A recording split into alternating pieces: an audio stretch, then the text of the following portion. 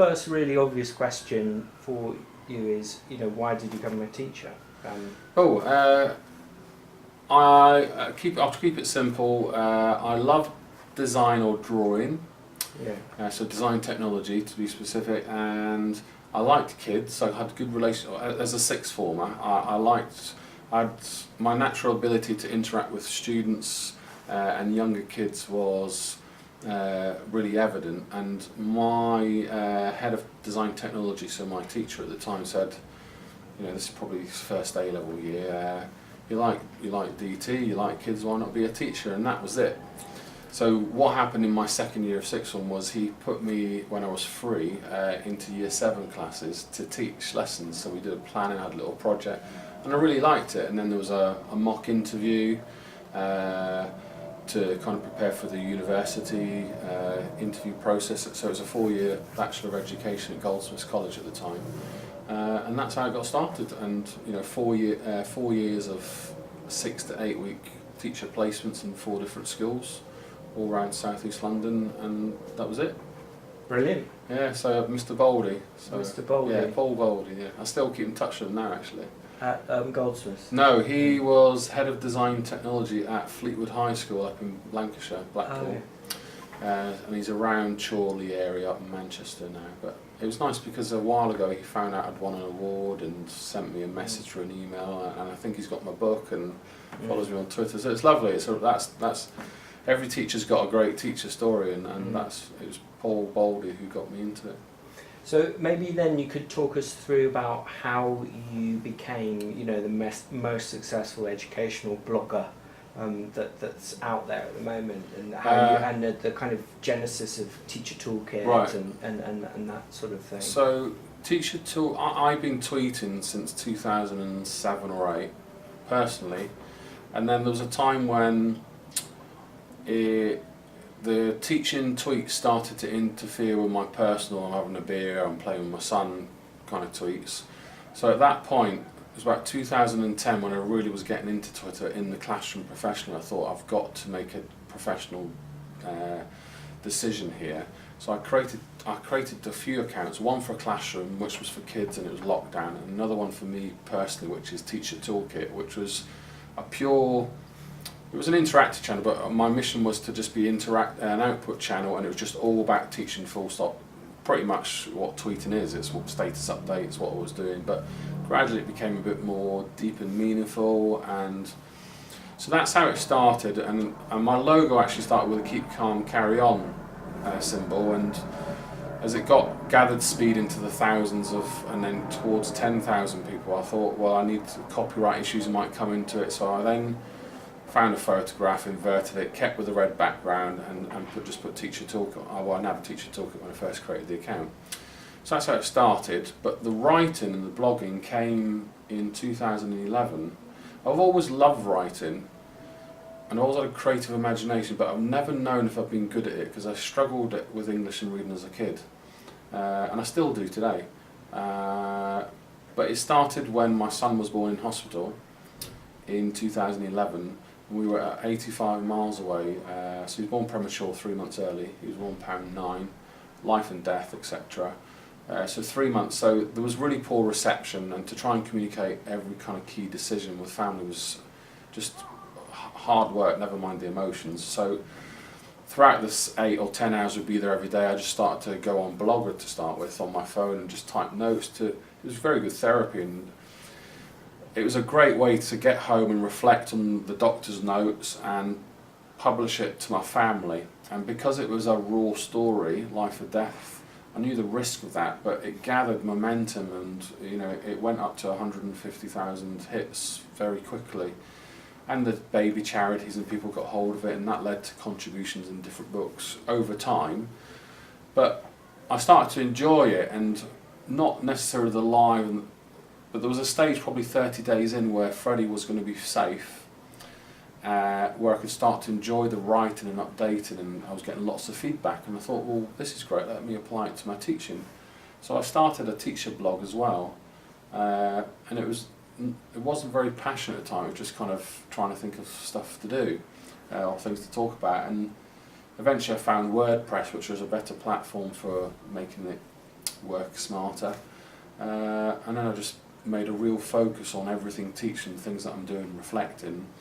And through Twitter I was getting lots of feedback, so the blog allowed you to express much more. And that's what I did, and it's, you know, in the 2 years now I've done it, it's 1.3 or 4 million hits, which is amazing. And the opportunities, you know, This Here Now, or the book, or House of Commons, being requested for X, Y and Z, it's just because I'm blogging. And anyone can do it, I strongly believe this, but yes, there's a time commitment, yes, you've got to have a passion, but more, I think probably success is because I've made, with my design experience, a bit of theory, I've created my own brand, or my own kind of strategies, and I've learned ICT skills through my own doing. You know, I got a grade F for ICT as a GCSE student, but I've learned, and I guess that's resilience, isn't it, to a degree. So that's the story. That's how I started writing. And I suppose also to add is that you are trusted, aren't you, above most people for good advice about how to be an effective teacher. I mean, I was wondering if you could talk a bit about that. Originally, I didn't do it without. I put thought into it, but I didn't put thought in terms of the Well, that's a lie. Obviously, there would be an audience because I'm putting it online for people to download. But in the very beginning, when I was using the TES, it was, this is really nice, let's just share it, and that's it. But with the power of social media, you can spread a document online much further than you maybe could have in the past. So there's that issue. And then as the audience has grown, more thought has been required, because I do see myself as, although I'm an individual, and some people do think Teacher Toolkit is a brand or a company, I just see myself as an individual just sharing ideas. And because of the immense and wide-ranging feedback from around the world that I get, I have to put much more thought into, you know, the one on the screen there. You know, I've just thought about its presentation. Can anyone understand it? How will it be used? Where am I going to put it on? Will there be a blog to explain the theory behind it? And just look. I mean, I found another website that comes up with nice, interesting fonts, for example. So I don't see it as anything unique. I love how things appear, being a designer. I love thinking about visual, you know, the visual quality of a document or a resource. So I think those are a factor. So I can't answer the question, I don't know the answer. But I think there's lots of parts of it. I think it's investing in the time.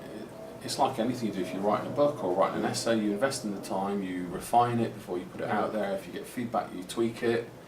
I suppose I've learnt what works or what people want, because people don't want to read 1,000 pages because they, well, unless they deliberately are seeking something like that, such as a huge book. But if they, you know, teachers are busy people, so they want something quick, something that they'll know that will work, and something that they'll know will work from someone who's used it.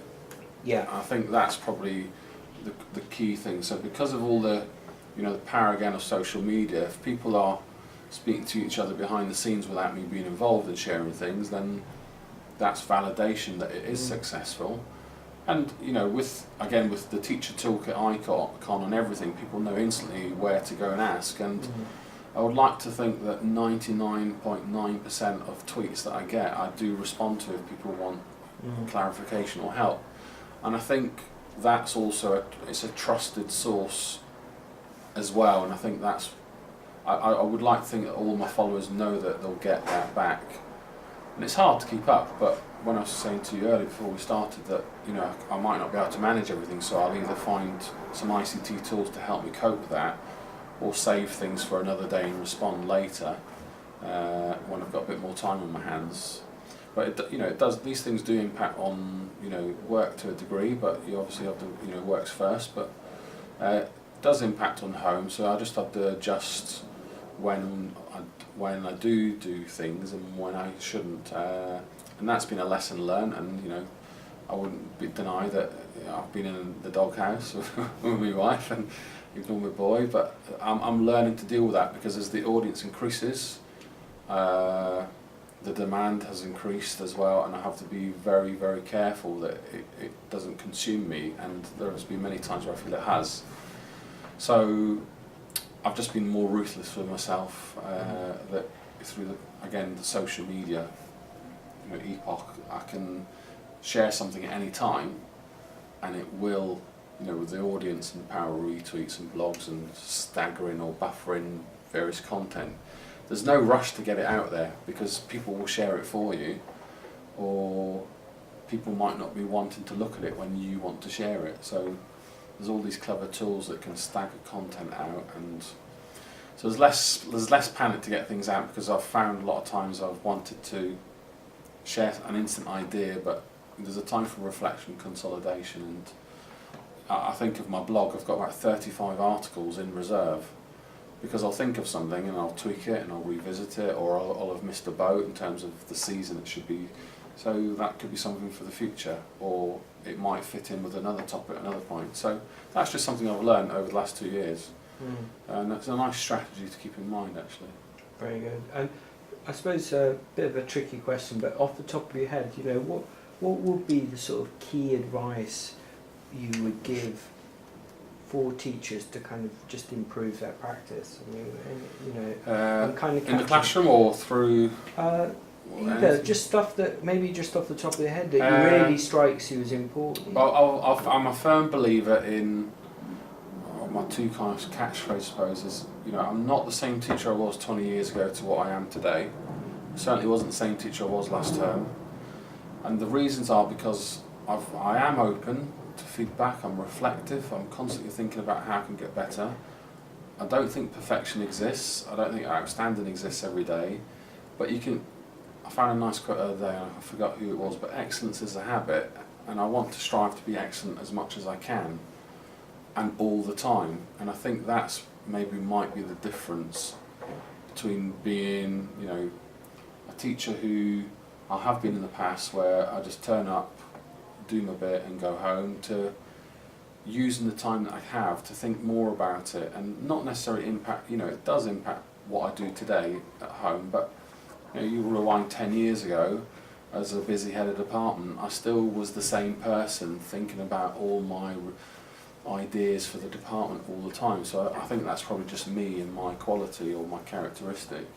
And not everyone will be like that, but my kind of key messages will be to always observe other teachers, always visit other schools, because it's the best CPD you can have, and to always get people into your classroom beyond your appraisers, and sometimes beyond your colleagues, to get some neutral feedback, and to work hard at having a clear focus, plan your lessons together, observe each other, and then review and reflect, and have really, it goes into this kind of lesson study model, or a good in 10 program, which I've kind of created myself before lesson study started to gather wind here. And it's nice to know that I'm on the same page. It all boils down to triads and co-planning, co-observing, co-reflection, and that's key. And the only kind of debilitating factor will be schools not giving teachers the time to do it regularly or consistently, and that's key. So that's a time and money issue. But I was having the conversation today with my governors, and it's not really. I mean, if you take a member of staff off timetable for a week, it's £1,000 in cover, and send them off with their form class, to go and observe their lessons in their own school for a week. Think of that time you will give that member of staff to see all lessons around the school, to reflect about great ideas they see, or to not some great ideas, and to reflect about their own practice, or the kids that they teach in other areas, and to see how those kids interact. It's a great idea. I don't know how feasible it is, but that would be incredible CPD for your teachers. And even if you reduce it to one day and calendar it, you're giving staff real opportunity to see teaching beyond their own classroom, and see what the kids' diet is in your school. So there's loads of ideas, but I think the pinnacle will be the reflection part of a teacher, to know that you can always do a little, not better, but you can do it differently, to kind of open doors and break down barriers and things like that. So I suppose it's very much a kind of cooperative model that you're Yeah. talking And about. that you know. involves, it's pretty much what I've been working on today, that it's not just the teacher, that involves the kids. Mm. And you know, your audience are the students, Mm. and they should have a say, and they should be able to be part of that process. And there's a time and place where you want to have them in rows and in silence and tests and didactic and repeat. There's a time and place for that. There's also a time and place where you want students to lead their own learning, and for them to feed back into your planning and then to give you some critique. But you know, some of us might not be open to that, and I've been in situations where I don't. But on the whole, I think staff don't build it into their planning enough to take the student views. They'll plan for the students, but they won't necessarily ask the kids what they thought about it. And some of the best lessons I've observed, you know, with teachers over a long period of time, have asked kids for their ideas, have given them feedback, and then have actually implemented what the kids have wanted. Mm. And it's just really evident to see that there's good quality teaching and learning going on in that classroom because the kids have had a say. Yeah. You know, and there's other things like data, looking in books, and typicality and support, which is your routines. You know, so if I observed you for, dare I say, a one-off lesson, I need to make sure that I'm looking at progress over time. So I'm looking at what's typical. So are the kids lining up because it's something that you always do, or are they putting their hand up saying, "Sir, why are you doing that? Because Mr. McGill's here." These are all the signs that you'll pick up when you gather observational experience. And you know, all teachers can get to that stage, but they need to have the opportunity to go and see teachers in their own schools, to get to that kind of level. And where do you stand? I mean, you know, there's much talk about the sort of competitive model for education. We talked about the cooperative, but you know, teachers' sort of performance-related pay and things like that. You know, what are your thoughts on that in that context? I haven't formed a real opinion yet, because I've worked in schools where standards have been incredibly low and things have been put in place where performance has improved, and I'm not saying money has been a factor, but you know, clear consistency, clear policies. There's other things that will raise standards, so you could almost call that an open process rather than a closed process, which is your data or your money. And it's going to be new to us all, but I think what has helped is the condensed and clearer teacher standards. I really do think they have helped. And there's been lots and lots of change, far too much for us all to keep up with. And I think we need to slow down, and I think policymakers and government, there needs to be something fixed into whoever comes into power, where they can't change X, Y and Z for a certain period of time till it is properly evaluated. But to answer your question, I'm erring on more of a no than a yes. But you know, to be a respected profession, we have to, you know, there's a good 80 billion, to pluck a figure out the air, that we have, that's within the economy, that's put aside, and we have to be accountable. And if we want to be respected, we have to show that we know our stuff, and we should be qualified to gain that credibility. And we have to fight all the media and the kind of poor headlines and things like that. But I'm trying to get to the key part of your question. I think you can reward staff in other ways. So for example, where I'm working now, we have a kind of a recruitment and retention kind of, I know that's died a death, but it's another way of giving staff a pocket of cash that they can bid for to aid their professional development. It's voluntary, it's not forced. Some people use it, some people don't, but it's for their professional development. And it's a nice way of saying to staff, you've completed a term or completed a year, or you've been working here for 5, so it's per annum, so you've been working here a long amount of time, and staff have been putting in requests for some digital devices that they can use at home or in school, or to pay for flights to go to a conference in another country. I mean, if I was much younger and not a committed family man, I would be off to Sweden and Finland and go and see what it's all about, and go and visit some schools, and it's nice to know that my school would support me with some flights or some accommodation. And to think of the schools where I've been in where I've wanted to improve my practice, I've wanted to complete a master's, and they've been very stingy with the money that they've given me to aid my professional development. I've left feeling a bit aggrieved and a bit miffed off that it's been such a battle that I've wanted to commit back to the school, some action research. So that's not really answered the question. I think we do need accountability.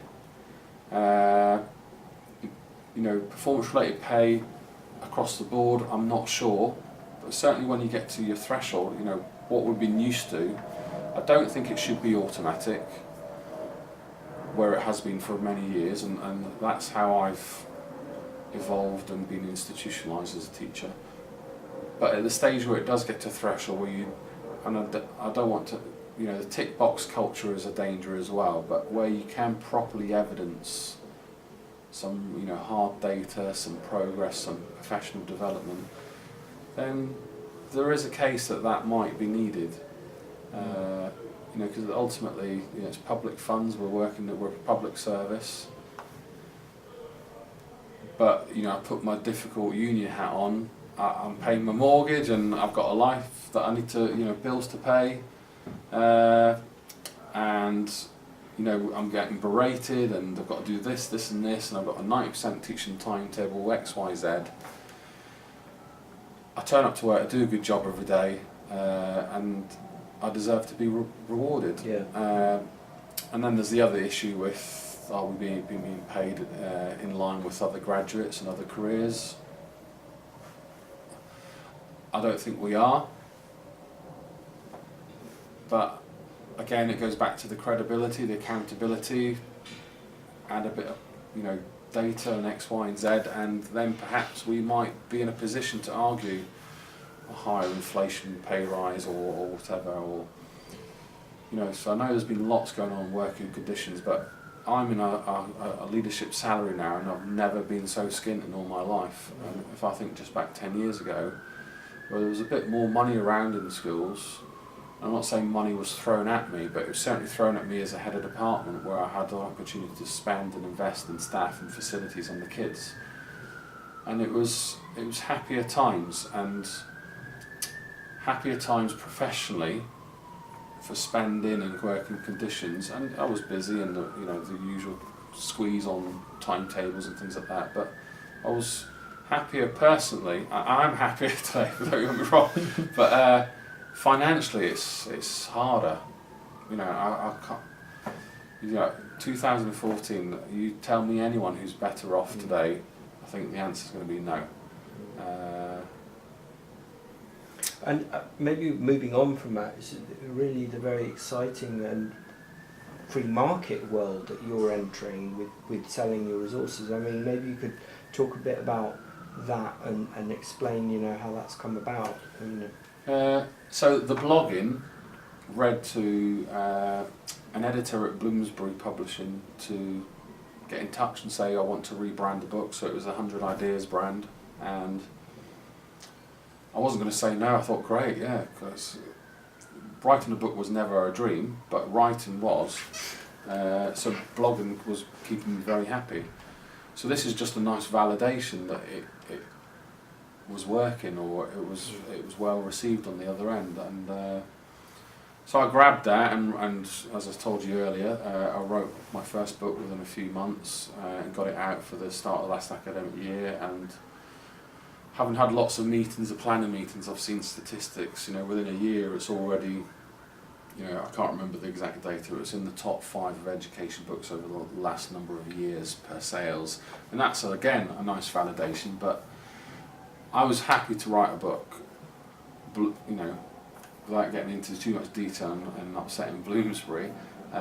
They make a handsome penny, so I've learned contracts and things like that, and I've had several companies come to me and ask me for books, but again, I'm a teacher, I'm a senior teacher, I've got a job to do. Books impact on my home life, so I've refused a few, and I've just stuck with Bloomsbury with what I know for now. And I've got 2 more contracts with the possibility of writing my own series, And there's opportunities to have a Teacher Toolkit app and things on the iPad. I'm not quite sure yet, but that's all been discussed. So that's really exciting. And then you get to a point where, writer's block and what am I going to talk about and things. But again, I'm just going to come back to I'm writing about what I'm doing and my passion. If that helps other people, then great. So there's all that, and the other side is all the resources. So traditionally I've put things online, and I've had fingers burnt, and as you get, with the power of social media, I'm getting to that stage where I have to protect myself to a degree with licenses and ownership, and having put things on the TES and having them removed or my moral or intellectual property taken away from me, I've started to self-host, and that's then led to all sorts of stories, and me then having the option to sell my own resources to help the financial difficulties we've experienced in the last 3 or 4 years at home, and also to pay the petrol. And it's not the only solution. I will always share my thoughts and tweet and support, because that's the inherent characteristic of a teacher, to support colleagues, to support kids, to share and to exchange ideas freely. But I'm getting to that stage where I will always do that, so don't get me wrong, but I'm at a stage where there's some things that are really hot property, and there is a penny to be made, and when companies approach me to do X, Y and Z, they're making a buck, so why can't I? So there's been lots of kind of ad hoc negotiations and deals along the way, and there's been lots of decisions made, well no, I'm not doing that, this is mine, I'm going to do that, and then that's led to Selfie, for example, where I want to sell a resource.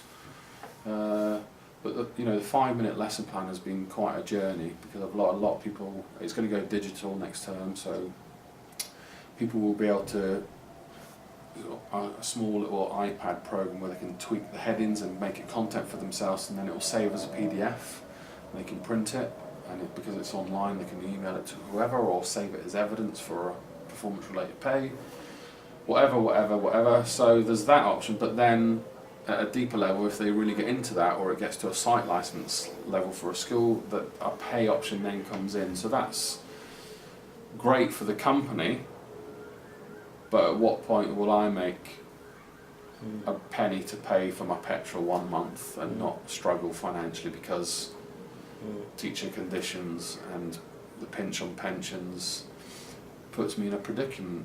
I think you are at the forefront of something a lot of teachers are going to face in coming years, that you've got many teachers with amazing ideas, but at the moment effectively are giving them away for free, aren't they, on the TES side? No, absolutely. And maybe, I don't know, is any thoughts on that, really? I mean, not everyone will be able to do it, everyone's got different circumstances, people don't have time, I don't always have time, but I do make time to think about ideas and where to put them.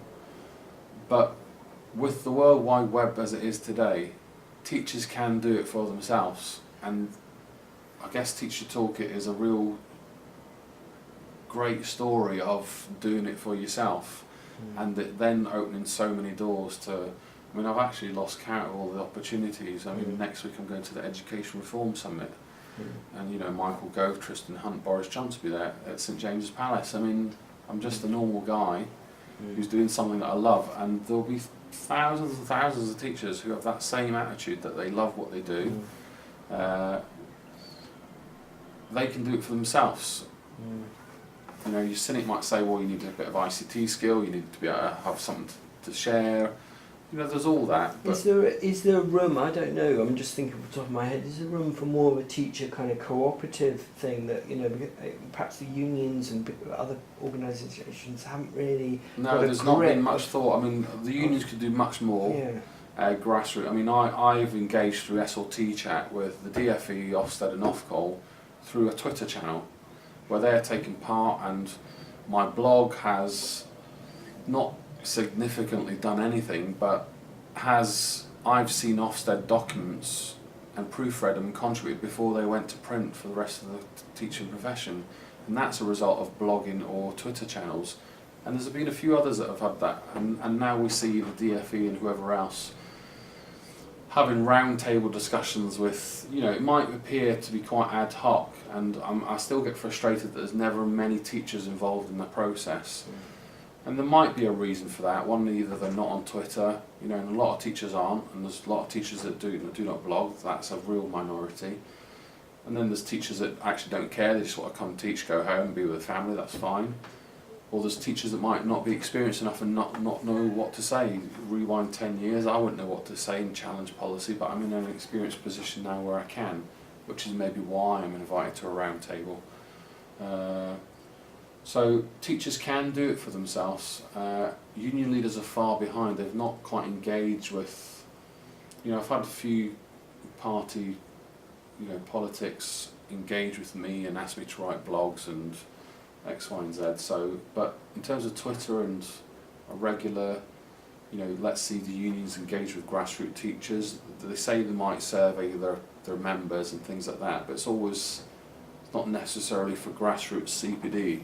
It's more, you hear all the other side, the working conditions, which is important, and the strike decisions, which is important, but not about teachers doing it for themselves, taking the stranglehold of their development and how their union can support them.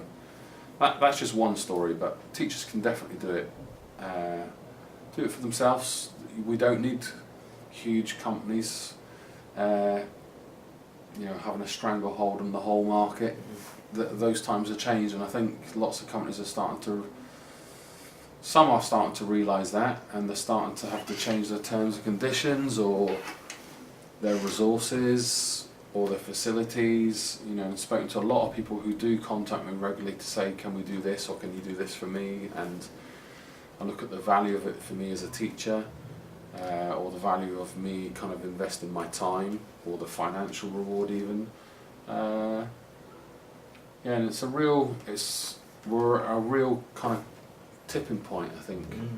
And I think it will be one of those things that will naturally evolve through online social media, I think, more than anything. Because it potentially could be very emancipatory. I mean, in terms of the hole in the wall thing in India, and the globalization, that your resources are available to someone in the farthest reaches of the earth, just as long as they've got internet connection. I mean, that 5-minute plan is, last count was 141 countries around the world it's been downloaded and used.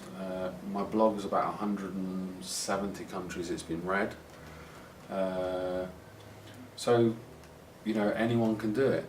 And it is, a freedom call for all teachers, because if I suddenly found something inappropriate or some case study stories, put it on my blog, it spreads, goes viral, and then all of a sudden Ofsted or whoever have to think, hang on a minute, and those stories have happened. And the more people that do it, the more teachers can change policy. And I think that's key. So I'll kind of finish that answer on that, really. Yeah, and finally, just obvious question: where next? For you, or what you. Well, I've got a new job as deputy head at Cunton Kindersley, which I'm really excited about. Great body of staff, great kids, brilliant head teacher who I've known in another school. So he's going to do some great stuff. Brand new building, and as a design technology teacher, I went on a tour around the other day, and I was trying my hardest to keep calm. Environment is a significant factor in kids. You can learn anywhere, but an environment will make you really want to be at work as a teacher, and it'll certainly want to make the kids stay in school for longer periods of time to do homework and learn to the best that they can. So that's really exciting, and I guess that's going to be X number of years doing that, and who knows what will happen. Head teacher is on the radar. The words of Stephen Drew, who's on Twitter and on TV now through Education Essex, he said you've got to be 100% ready. You've got to have no doubt in your head, and I don't have doubts, I just know I'm not ready, which is, I suppose, one doubt, but that is the only doubt. I do think I would do a good job, I do think I would do it passionately, and love leading staff and love leading kids in the community, but I'm not ready to do that yet. I've got lots to learn still, and with the writing and the blogs, they're great and they're a huge distraction. And then I'm getting lots of requests to speak at events. So I've been invited to McGill University of all places in Montreal next February to talk about my book and lead an inset. And again, that's great. It's kind of affirming, but it's a huge workload. You get a nice bit of cash, but then you have to tell the tax man, and then, you know, after all the calculations, you kind of think, is it worth it? So there's that discussion as well. But it's great to get out and talk to people and share your ideas, and, you know, if you can pay your petrol once a month from it, then that's great. But that's a huge extra bit of work as well. So you've never sort of contemplated just giving up teaching or going part-time or something? 3 years ago I was made redundant before I started my current job. So I took voluntary redundancy knowing I was going to become a father, and then unbeknownst to me, my boy was born 3 months early, so I had garden leave, which was handy, really quickly, and I had 6 months out, and I won the Guardian Teacher Award a good 10 years ago now, and I used that as a means to get into the Guardian, say, look, I won this award, everyone else seems, Phil Beadle and whoever else seems to be doing loads of great stuff, can I start writing? So I showed him some travel articles I'd written, I'd showed him my son's blog that was spiraling out of control, and I got my first article. It was, I think it was about redundancy, actually, coping with redundancy it was called, and it was written on the kind of first week of September of me reflecting I'm not in school for the first time ever in 20 years, and that's how that started. So writing was a great part of it. And at that point, 3 years ago, when I was made redundant, I contemplated becoming a consultant or stepping back from teaching full time. And I don't know what. Well, I do know what stopped me. I wanted to be in the classroom. I wanted to be in a school. I love the structure. I love the day-to-day interaction with the kids and the staff, and all the ideas. And still, I'm in a nice position now. I can have the best of both worlds. I can speak at events. I can blog and share to the world, and I can be in a school in a safe environment, 9 to 5, well, not 9 to 5 job, 9 till 9 job, but with a nice group of staff and great kids, and do what I love. And I suppose that's. Do you find the kids or the you know, how do the kids and staff react to your celebrity status? See, I never see myself as a celebrity, but I have been in situations where I've seen people kind of double looking at the corner of their eye and saying it's. I can see by the reactions they're thinking that of me, and I always feel a bit awkward about it. And I just want to come and say hello, and I'd say, look, it's Ross, I'm Teacher Toolkit, you can do it too. And I've been at conferences, I've been at CPD events. People saying on Twitter, oh, thanks for replying, or emailing me saying I know you're busy, and but strangely when I went to my new school, that was the first real time I've been in my own school environment where there was that bit of reaction, and it was a bit embarrassing, but I'm just Ross, I'm just doing my thing, and I just want to share. I found ad hoc in my current school staff have read articles, and I think they know that, but we're quite just down to earth here, we just get on with it, and you know, you're a member of staff, someone might discover something online and it's mine, and they'll say, oh, I saw that, and that's cool, but then there's the other side where, oh, it's Ross McGill, so that's a bit weird, but you know, 2 or 3 years down the line, if that's happening, God help me in 10 years time, you know, it's going to be crazy. And there'll be a lot more people as well, because there's definitely a Twitterati, and then there's definitely a negative side is I do see a Premier League evolving and then a Championship on social media, and that could get quite dangerous. But I think if we all, you know, all the other Twitterati that comes to your head as well, if we all keep humble and remember it's grassroots and we're there to share, and just we're blogging and expressing our opinion, and we might have you know, I started off with 100 reads a day, very humble, and I carried on regardless, because there wasn't one person and I got a bit of feedback, and that was it, and it's just gone crazy, and that's a nice validation, but it's not the reason why I do it. I'm just I'm just doing a bit of therapy really. I'm writing and I'm sharing some ideas, and now I'm in the stage where I can get instant feedback. And that's what it is, because I can improve my classroom practice, improve my leadership, and it benefits the school and it benefits people elsewhere. And I think that's what's brilliant about it. Why should everyone should do it, and you shouldn't give up.